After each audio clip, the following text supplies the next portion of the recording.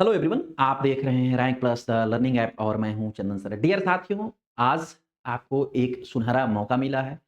मौका आपसे पहले वालों को नहीं मिला और आपसे बाद वालों को ये मौका नहीं मिलेगा। मौका है ग्रुप 5 2025 के एग्जाम का। लैबोरेटरी का एग्जाम, जो लैब टेक्नीशियन, लैब असिस्टेंट, इनका एग्जाम 21 फरवरी को है। 2 शिफ्ट में एग्जाम है। सुबह शिफ्ट, मॉर्निंग शिफ्ट वाले का रिपोर्टिंग 7:30 बजे सुबह है। सेकंड शिफ्ट की रिपोर्टिंग 12:30 बजे दोपहर में। अब मैं सोचा कि मैं आपसे फिजिकली तो मिलता नहीं हूँ। जब भी मिला आपको इन ऑन द स्क्रीन मिला और मैं एज़ अ गार्डियन आपको इतने दिनों तक पढ़ाया, तो आपको एग्ज़ाम देने जाने से पहले क्या मुझे एडवाइस देना चाहिए?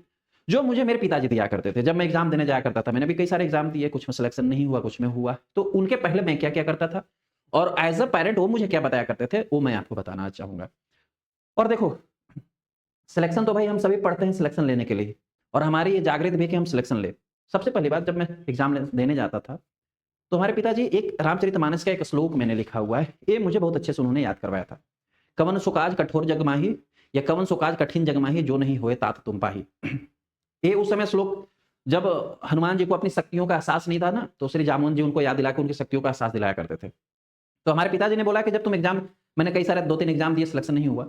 तो पिताजी ने ब बोला कि जब तुम एग्ज़ाम देने जाते हो तो क्यों नहीं अपनी शक्तियों को, शक्तियाँ मतलब जो हम पढ़ के जा रहे हैं, भगवान पे छोड़ देते हो? क्यों नहीं बजरंगबली पे छोड़ देते हो? जब भी एग्ज़ाम देने जाओ ये श्लोक ज़रूर बोल देना। कौन-सा ऐसा काम है, कौन-सा काम इतना कठिन है जो हमारे आराध्य नहीं कर सकते?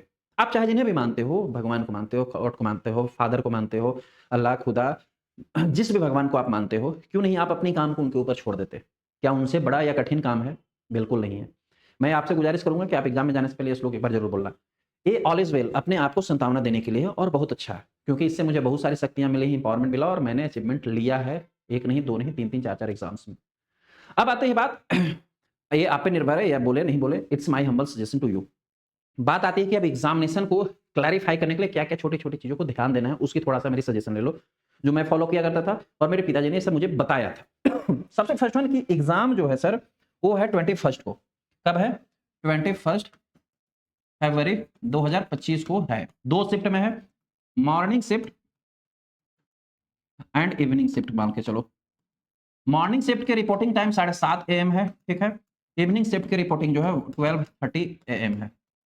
सबसे फर्स्ट वन कि जितने सारे भी आपने अप्लाई किया था, आप सब लोग अपना एडमिट कार्ड डाउनलोड कर लो। क्या कर लो sir? Admit card. Admit card, हालाँकि आप में से कइयों ने कर भी लिया होगा। एडमिट कार्ड में आपको सेंटर पता चल गया। जो भी स्टूडेंट जिनका सेंटर नियर अबाउट है, जो आधे घंटे, 1 घंटे में पहुँच सकते हैं बाइक से, ऑटो से, बस से, उनके लिए तो कम्फर्ट है। जिनका सेंटर नज़दीक नहीं है, वो एटलीस्ट 1 दिन पहले 1 दिन पहले का मतलब है कि 21st को एग्ज़ाम है, तो मैं जो हूँ 20 को शाम तक उस सिटी में पहुँच जाना चाहिए, क्योंकि उस सिटी का हमें लोकेशन का जानकारी नहीं होता है कि हमारा सेंटर एग्ज़ैक्ट किस जगह होगा। तो रात में नहीं पहुँचना है, मिडनाइट में नहीं पहुँचना है, इवनिंग में पहुँचना है। आफ्टरनून में पहुँचो सबसे बेस्ट है। पहुँच करके, क्योंकि हमारे पास अगर पैसे कम होंगे, जिनके पास पैसे हो होटल ले लो। सस्ते होटल भी मिलते हैं, जिसके पास पैसे कम हो कुछ सस्ते होटल भी लो। कुछ धर्मशाला वगैरह में भी रुक सकते हैं, लेकिन रुकना ऐसी जगह है जहाँ पीस हो, थोड़ा शांति हो, ठीक है? ऐसा मैं इसलिए कर रहा हूँ, क्योंकि आप वहाँ जाके डिस्ट्रैक्ट ना हो। जितनी भी कंसंट्रेशन आपने पढ़ी है, पढ़ना क्या है नहीं है वो अब उस पे मैं थोड़ी-सी बात ज़रूर करूँगा, लेकिन अभी नहीं। पहले एग्ज़ामिनेशन सेंटर पहुँचना है, ठीक है? 20 को शाम तक पहुँच जाना है। रहने का जगह ढूँढ लेना है जो अच्छा जगह हो। क्यों मैं ऐसा कह रहा हूँ? क्योंकि नाइट में आपको 20 के नाइट में जो है, आप 20 फरवरी के नाइट में आपको स्लीप करना बहुत ज़रूरी है, सोना बहुत ज़रूरी है। देखो, ये बहुत छोटी बात होती है कि सोना ज़रूरी है, खाना ज़रूरी है, नाश्ता करना ज़रूरी है। लेकिन ये इम्पैक्ट हमारे रूटीन लाइफ़ पर, जो रूटीन लाइफ़ आपको होने जा रहा है एग्ज़ाम में, उस पे बहुत बड़ा इम्पैक्ट डालता है। रात में एटलीस्ट आप हार्डली से हार्डली ये कोशिश करो कि 10:30 बजे तक सो जाओ यार। 10 बजे तक, 10 से 10:30 सो जाना है। सुबह आराम से, जिनका फर्स्ट शिफ्ट में है, वो 10 साढ़े 10 तक सो जाओ। जिनका सेकंड शिफ्ट में है, वो 11 बजे तक भी जग सकते हो, कोई दिक्कत नहीं है। फर्स्ट शिफ्ट वाले सुबह सर 5 बजे हार्डली से हार्डली आपको जग जाना ज़रूरी है। 5 एएम में जग जाना है। जगने के बाद आपको मस्त फ्रेशली नहाना है, ठीक है? नहाओ आराम से। 10 साढ़े 10 तक जो है, मैंने बोला कि आपको जो-जो रिवीजन करना है, रिवीजन में मैं ऐसा नहीं कहूँगा कि आप कोई हीमोग्लोबिन मत पढ़ो, बिलिरुबिन मत पढ़ो, लिपिड प्रोफाइल मत पढ़ो। जो इच्छा है पढ़ो। स्ट्रेस में खाली यही आपको स्ट्रेस रिलीव कर सकता है। लोग बोलते हैं ना कि एग्ज़ाम में जाने से पहले स्ट्रेस नहीं लेना है। स्ट्रेस वही रिलीव कर सकता है जिस टॉपिक को तुमको कन्फ्यूजन लग रहा है, उसको पढ़ लो। छोड़ो मत। मैं यही कहूँगा, जैसे हमें कभी-कभी होता है ना कि हमें लग रहा है कि लिपिड प्रोफाइल से सिफिलिस से एक क्वेश्चन आ जाएगा, तो पढ़ लो एक बार सिफिलिस, कोई दिक्कत नहीं है। सारे टॉपिक छोड़ो, सिफिलिस ही सबसे पहले पढ़ लो। जो ऐसा लगता है 10:30 बजे शाम तक निपटा लो। सोए सुबह जगे 5 बजे और रात में अच्छे से नींद लेना है, रिलैक्स होके यार। जो नहीं कौन सो काज कठोर जग माही, जो नहीं होए तात तुम पाही। बस, अब हमारे तात करेंगे, जो करेंगे। हमसे जो होना था हमने अभी तक कर लिया। 5 बजे जगो, 5 बजे जग के नहाना है। बहुत बढ़िया से बात करना है ना? कुछ लोग ना आएंगे सेंटर पे, रात में पहुंचेंगे, फुटपाथ पे सोएंगे और बिना नहाए धोए एग्जामिनेशन सेंटर जाते हैं। मैं ये नहीं कहता हूँ कि हमारे पास पैसा है कहीं भी सोना गलत बात है। रात में अगर अच्छा नींद लोगे तो माइंड फ्रेश रहेगा। सुबह नहाना एटलीस्ट जरूरी है, चाहे कहीं से भी आप नहा लो, नहाने की व्यवस्था करो, नहाओ। नहाने के बाद भर पेट, जितना पेट में जगह है उतना ब्रेकफास्ट करो अरेंज करके, जो आपको खाना पसंद है वो खाना खाओ। पेट भरा हुआ रहेगा, एसिडिटी नहीं बनेगा, एसिडिटी नहीं बनेगा, माइंड खुला रहेगा, ठीक है, माइंड काम करेगा। भाई मेरा तो अपना पर्सनल एक्सपीरियंस है कि मेरा अगर पेट खाली है तो मेरा माथा दर्द करने लगता है, माथा दर्द करने लगता है, मेरा ब्लड प्रेशर हाई होने लगता है, ब्लड प्रेशर हाई होने लगता है तो मैं काम नहीं कर, पढ़ा नहीं पाऊंगा, बोल नहीं पाऊंगा, पढ़ नहीं पाऊंगा, क्वेश्चन नहीं सोल्व कर पाऊंगा। खुद का एक्सपीरियंस है, लगभग सभी ह्यूमन बॉडी पे ऐसा ही होता है। तो भरपेट नाश्ता करना है, और भरपेट नाश्ता करना है, और नाश्ता करके कोशिश ये करना है, जैसे मॉर्निंग 7:30 बजे रिपोर्टिंग है तो हार्डली से हार्डली आपको 6:30 AM तक जो है वो सेंटर पहुंच जाना है। कोशिश ये रखनी है कि जो हम होटल या धर्मशाला वगैरह ले, हमारे सेंटर के लगभग 10-15 मिनट के रेडियस में, मतलब इतनी ही दूरी पर हो कि हम ऑटो या रिक्शा भी ले या वॉकिंग डिस्टेंस भी 10 से 15 मिनट में हार्डली से हार्डली पहुंच जाएंगे। ज्यादा दूर ले लोगे ना तो सुबह में कभी कभी जाम लग जाता है स्कूल बस वगैरह से, फिर आप समय पर सेंटर नहीं पहुंच पाओगे। 12:30 बजे जिनका रिपोर्टिंग है उन बच्चों के लिए भी सजेशन है कि हार्डली से हार्डली 11 बजे रात में सो जाओ, 11 बजे तक सो जाओ। जो पढ़ना है, जो स्ट्रेस फ्री के लिए लगता है कि ये टॉपिक देखना जरूरी है, अगर स्ट्रेस फ्री के लिए, जैसा लगता है नहीं कि हम स्ट्रेस फ्री तभी होते हैं जब तारक मेहता का उल्टा चश्मा एक सीरियल देखते हो, तो आप देख लो, कोई जरूरी एमसी को छोड़ दो, जो पढ़ना था पढ़ लिए। लगता है ना कि हम अपने कपिल शर्मा का शो देखते हैं, जिस चीज से आपको रिलैक्सेशन फील होता है वो कर लो और 11 बजे तक सो जाओ। इनका है 12:30 बजे रिपोर्टिंग। सुबह हार्डली से हार्डली 7 AM आप लोग जग जाओ, ठीक है, फ्रेश हो, नहाओ धोआओ, पूरा फ्रेश हो लो, नहा करके जो कुछ अगर आप टॉपिक्स देखना चाहते हो तो देख लो। हार्डली से हार्डली 11 बजे तक जो है आप बढ़िया भरपेट नाश्ता करो, जो खाना पसंद है वो खा लो, भरपेट, पूरा भरपेट, आधा भी नहीं, और आप 11:30 तक जो है वो सेंटर पहुंच जाओ। 1 घंटे अपने दोस्तों से मिलो, जो और भी आए होंगे कई जगह से लोग, उनसे मिलो, हाथ मिलाओ, कहां से पढ़े, क्या पढ़े, कैसे पढ़े, ये सब बातें करो। अब एग्जामिनेशन सेंटर दोनों बच्चे पहुंच गए। पहुंचने के बाद जब एग्जामिनेशन सेंटर पहुंच जाओगे, जब एग्जामिनेशन सेंटर के अंदर जाते हैं ना, सबसे बड़ा हाइपोथेसिस आपके माइंड में क्रिएट अब होता है कि पता नहीं कौन सा क्वेश्चन आएगा, कैसा आएगा, क्या पूछेंगे, किस लैंग्वेज में होगा। कुछ नहीं घबराना है। सबसे पहले अब मैं थोड़ा सा अपने टेक्निक बताता हूँ क्वेश्चन सोल्व करने के लिए, है ना। क्वेश्चन आपका टेक्निकल नॉन टेक्निकल दोनों है सर, ऐसे it is based on you कि आप कैसे सोल्व करते हो। लेकिन मैं जो अपना सजेशन देना चाहूंगा आपको, इससे ना थोड़ा टाइम मैनेजमेंट होगा। अगर सीबीटी होगा, मोस्ट ऑफ सीबीटी होता है, तो आपको कंप्यूटर पे प्रैक्टिस पहले से होगी। प्रैक्टिस में केवल उसमें वही करना है, केवल क्वेश्चन टिक ही और सबमिट करना होता है, और ज्यादा कुछ करना होता नहीं। अगर आपको क्वेश्चन पेपर मिला और नॉन टेक्निकल टेक्निकल सब एक साथ ओपन हो रहे होंगे, तो मेरी ये गुजारिश रहेगी कि सबसे पहले आप टेक्निकल क्वेश्चन सोल्व करना। फर्स्ट प्रायोरिटी पे जो है वो आपको क्या करना है, टेक्निकल क्वेश्चन सोल्व करना है। क्यों? क्योंकि जो समय है ना, टेक्निकल क्वेश्चन मतलब जो आपके सिलेबस का क्वेश्चन है, सिलेबस के क्वेश्चन जो है ना सोल्व करने में, जो क्वेश्चन हम जान रहे होते हैं वो 2 सेकंड में सोल्व हो जाता है, तो समय बहुत ज्यादा बचेगा। शुरू में अगर नॉन टेक्निकल में फंस जाओगे ना, समय इसमें ले लेगा और आपके टेक्निकल क्वेश्चंस खराब होने लगेंगे। छोटी छोटी चीजों को ध्यान दो, छोटी चीजें ध्यान देने से बड़ा इंपैक्ट आता है रिजल्ट पे। टेक्निकल सबसे फर्स्ट में टेक्निकल सॉल्व कर रहे हैं जो आप पढ़े हो आज तक।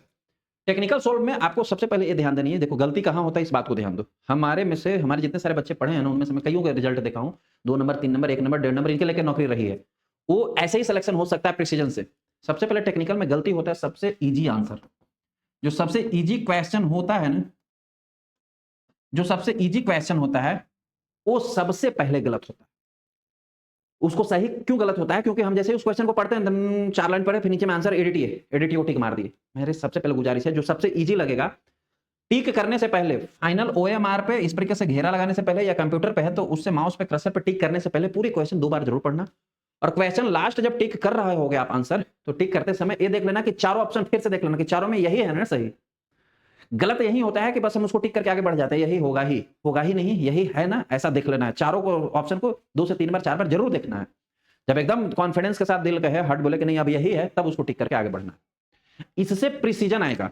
प्रिसीजन मतलब माइनर से माइनर भी गलती होने वाली होगी वो स्किप होगा। ये जो भी आपको 75 क्वेश्चन पूछेगा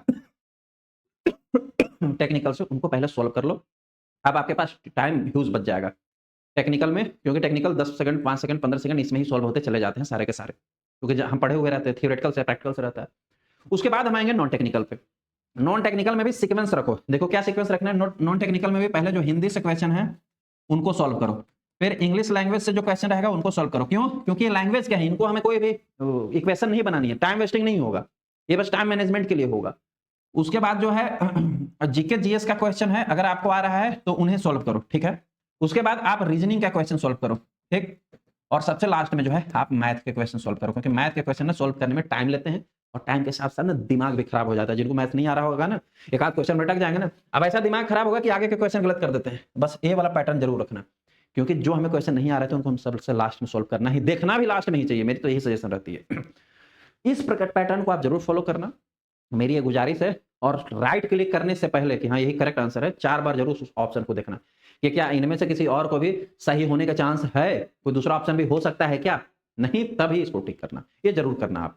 मेरा यकीन मानो कि जो 1, 2 नंबर 4 नंबर से रहते हो वो जरूर वो 4 नंबर आपको इसमें फिल होंगे।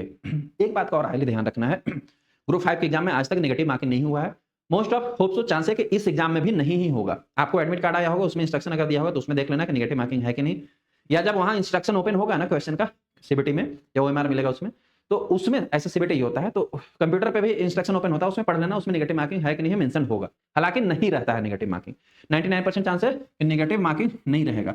जब नेगेटिव मार्किंग नहीं है, जब ये सारे क्वेश्चन आप सोल्व कर लोगे करेक्टली, पहले मत मार देना कि नहीं है तो यही सही होगा, तुक्का मार देते हैं। पहले आप सही आंसर पूरी की पूरी 100 क्वेश्चंस का बनाओ।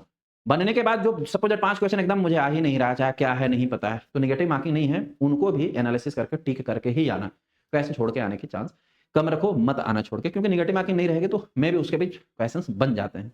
इस प्रकार से अगर आप क्वेश्चन सॉल्व करोगे, होप सो प्रभु जी जरूर आपका भी कल्याण करेंगे। कवन सो काज कठोर जग माही, जो नहीं होए तात तुम पाही। जरूर उनसे ये काम भी होगा, और मुझे उम्मीद है कि मेरा आशीर्वाद भी उन सभी बच्चों के साथ है। ऐसा नहीं कि जो हमारे पास पढ़े उन्हीं के साथ, मैं उन सभी बच्चों से के लिए कामना करता हूँ कि जिन्होंने भी मेहनत करी है उसको भगवान जरूर सिलेक्शन दे, और आपका भी जरूर सिलेक्शन होगा। बस धैर्य रखना है, शांति रखना है, पीस बहुत ही कॉन्फिडेंस से बैठना है एग्जामिनेशन सेंटर में। इन छोटी छोटी बातों का ध्यान जरूर रखो। कोई भी अगर क्वेश्चन दिमाग में अराइज हो रहा हो तो 21 फरवरी से पहले तो जरूर कमेंट में कर सकते हो। ऐसे मैं 20 फरवरी को भी एक शाम में जो है कोशिश करूंगा आपको एमसीक्यू क्लास लेने के लिए, उसमें भी ढेर सारी बातें भी करूंगा, क्योंकि बात करने से बहुत सारा माइंड खुलता है। बट ये इंस्ट्रक्शन आपको फॉलो ऑन जरूर करना है, करके देखो यार, जरूर मिलेगा सिलेक्शन। एक गुरु का वादा है आप लोगों से, ठीक है, एक गार्जियन का वादा है आपसे, एक बड़े भाई का वादा है आपसे। Thank you so much.